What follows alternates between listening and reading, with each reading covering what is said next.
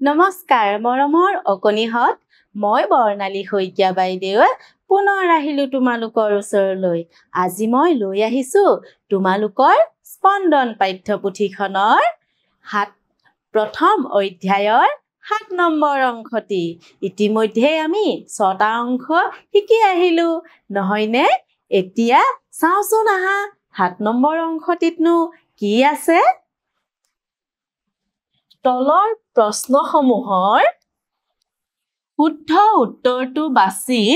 উলিয়াই সঠিক চিনটো পূৰ কৰা কি কৈছে তলত কিছুমান প্ৰশ্ন দিয়া আছে আৰু তাৰ পৰা শুদ্ধ উত্তৰটো বাছি উলিয়াই সঠিক চিনটো পূৰ কৰিব দিছে আহাচোন প্ৰশ্নটোত কিনো আছে চাও বান্দৰ জাকক বৰষুণত তিতি থকা দেখা পাই টুকুৰা চৰাইটোৱে কৈছিল তোমালোকৰ অৱস্থা দেখি আমাৰ বেয়াই লাগিছে তোমালোকেও আমাৰ দৰে বাহ একোটা সাজি নোলোৱা কিয় আমিচোন ঠোঁটেৰে বাহ সাজি লৈছো চোৱা এতিয়া ইয়াত কিনো প্ৰশ্ন সুধিছে চাওঁচোন আহা এই কথাখিনি কৈ চৰাইটোৱে বান্দৰ কেইটাক কত কি দি থোৱা আছে খং কৰিছিল আৰু খত আছে উপদেশ দিছিল গত আছে অপমান কৰিছিল আৰু ঘত ইটিকিং কৰিছিল আৰু এইফালে দি থোৱা আছে ক খ গ ঘ আমি এতিয়া এই যে চৰাইটোৱে কৈছিল কথাখিনি ইয়াৰ পৰা যিটোৱে শুদ্ধ হ'ব সেই শুদ্ধ উত্তৰটো বাছি এইফালে আমি কি কৰিব লাগিব পূৰ কৰি দিব লাগিব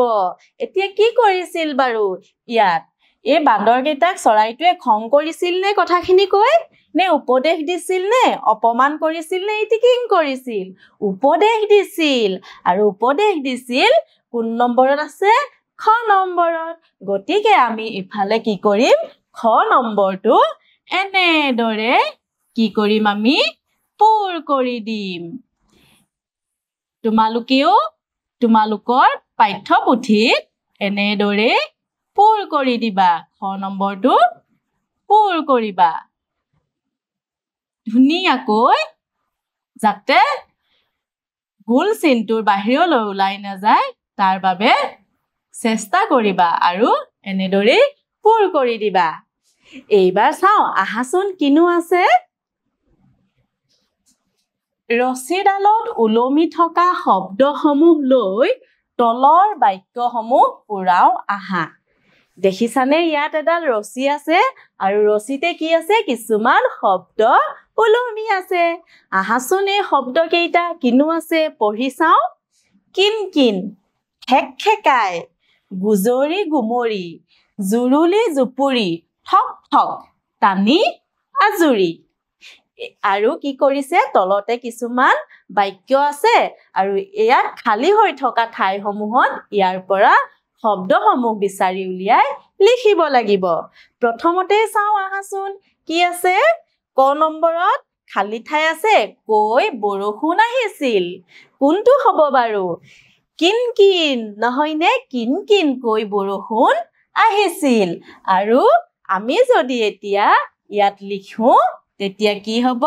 কিন কিন কৈ বৰষুণ আহিছিল তাৰ পাছত খটো কি আছে চাওচোন আহা বান্দৰজাক বৰষুণত তিতি হৈছিল কি হৈছিল বাৰু জুৰুলি জুপুৰি হৈছিল গতিকে আমি ইয়াত কি লিখিম জুৰুলি জুপুৰি নহয়নে তাৰ পাছত চাও আহা কি আছে সিহঁত ঠাণ্ডাত কৈ কঁপিবলৈ ধৰিছিল কি হ'ব বাৰু ঠাণ্ডাত কি হৈছিলে ঠক ঠককৈ কঁপিবলৈ ধৰিছিল গতিকে আমি ইয়াত কি লিখিম ঠক ঠক তাৰ পাছত চাও আহাচোন এইবাৰ আমি ঘ নম্বৰটো চাও আহা কেইটামান বান্দৰে মনৰ ভিতৰত আছিল কি কৰি আছিল গুজৰি গুমৰি আছিল গতিকে আমি ইয়াত কি লিখিম গুজৰি গুমৰি নহয়নে এইবাৰ চাও আহাচোন সিহঁতে চৰাইৰ বাহবোৰ খালি ঠাই আছে ভাঙিবলৈ খুজিছিল সিহঁতে চৰাই বাহবোৰ কি কৰিব খুজিছিল ভাঙিব খুজিছিল গতিকে ইয়াত কি হ'ব কি হ'ব টানি আজুৰি নহয় নে এটো টানি আজুৰি গতিকে ইয়াত হ'ব টানি আজুৰি ভাঙিবলৈ খুজিছিল এইবাৰ চাও আহাচোন দুটামান বান্দৰে দাঁত নিকটাই কি কৰিছিল বাৰু খেকখেকাই নহয় নে খেকখেকাই আছিল তোমালোকেও তোমালোকৰ পাঠ্যপুথিত এই খালি ঠাইসমূহ এনেদৰে পুৰাবা এইবাৰ চাও আহাচোন ভাষা অধ্যয়ন কিনো লিখি থোৱা আছে চাওচোন আহা এঘৰ মানুহৰ এখন ফল মূলৰ বাগিচা আছিল এই বাক্যটোত আছিল শব্দটোৱে আগতে থকা অৰ্থ বুজাইছে এনেদৰে আগতে হৈ যোৱা থকা খোৱা কৰা আদি অৰ্থ বুজোৱা শব্দবোৰ পাঠৰ পৰা বিচাৰি উলিয়াই লিখা কি কৰিছে এঘৰ মানুহৰ এখন ফল মূলৰ বাগিচা আছিল এই আছিল যে শব্দটো তাৰ মানে কি আগতে হৈ গৈছিল আৰু আগতে আছিল মানে হৈ গৈছিল তাৰ অৰ্থ বুজাইছে ঠিক তেনেকৈ যদি আমি থকাটো আগতে হৈ যোৱা বুজাবলৈ হলে কি হ'ব থাকিছিল আৰু ঠিক তেনেকৈ খোৱা আমি আগতে হৈ যোৱা বুজাবলৈ কি হ'ব খাইছিল তাৰ পাছতে কৰাৰ আগতে হৈ যোৱা বুজাবলৈ কি হ'ব কৰিছিল ঠিক তেনেকৈ তোমালোকৰ পাঠ্যপুথিৰ পৰাও আগতে হৈ যোৱা কিছুমান শব্দ আমি এনে ধৰণৰ শব্দ বিচাৰি উলিয়াইছো ইয়াতে লিখি ৰাখিছো চোৱাচোন কি লিখি ৰাখিছো কৰিছিল বলিছিল লাগিছিল খুজিছিল আহিছিল খেকখেকাইছিল এইসমূহ কাম আগতেই হৈ গৈছিল গতিকে এনেকৈ লিখিবলৈ চেষ্টা কৰিবা তোমালোকে এইবাৰ চাও আহাচোন কিনো আছে তলৰ তালিকাখনৰ শব্দবোৰ ভালদৰে পঢ়ি চোৱা আৰু সঠিক ঘৰত এই চিনটো দিয়া এই শুদ্ধ চিনটো দিব দিছে আহাচোন প্ৰথমতে শব্দ কেইটানো কি আছে পঢ়ি চাও এজোপা এজাক চৰাইবোৰ দুটামান কেইটামান আৰু এইফালে আছে এটা বুজোৱা আৰু এইফালে আছে দুটা বা ততোধিক বুজোৱা গতিকে আমি কি কৰিব লাগিব এই শব্দ কেইটাৰ পৰা আমি এটা বুজোৱা হয়নে দুটা বা ততোধিক বুজাইছে নে আমি তাৰ তলতে শুদ্ধ চিনটো দিব লাগিব এজোপা বুলি ক'লে আমাৰ কি হয় এটাই বুজাই নহয় নে এজোপা বুলি ক'লে গতিকে আমি ক'ত শুদ্ধ চিনটো দিম ইয়াত কাৰণ এটা বুজোৱাৰ তলতে আমি শুদ্ধ চিনটো দি দিম তাৰ পাছত কি আছে এজাক বুলি ক'লে কি হ'ব বহুত হ'ব পাৰে নহয় নে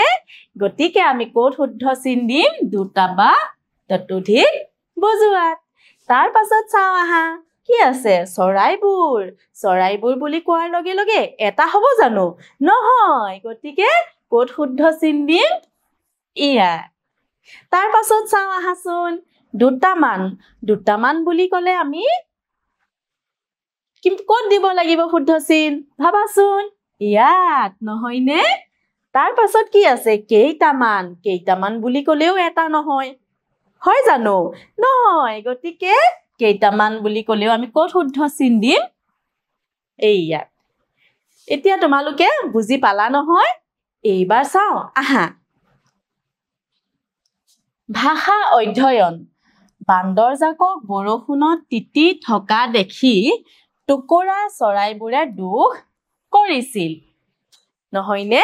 বান্দৰজাকক যেতিয়া তিতি থকা দেখিছিল তেতিয়া টুকুৰা চৰাইবোৰে কি কৰিছিল দুখ কৰিছিল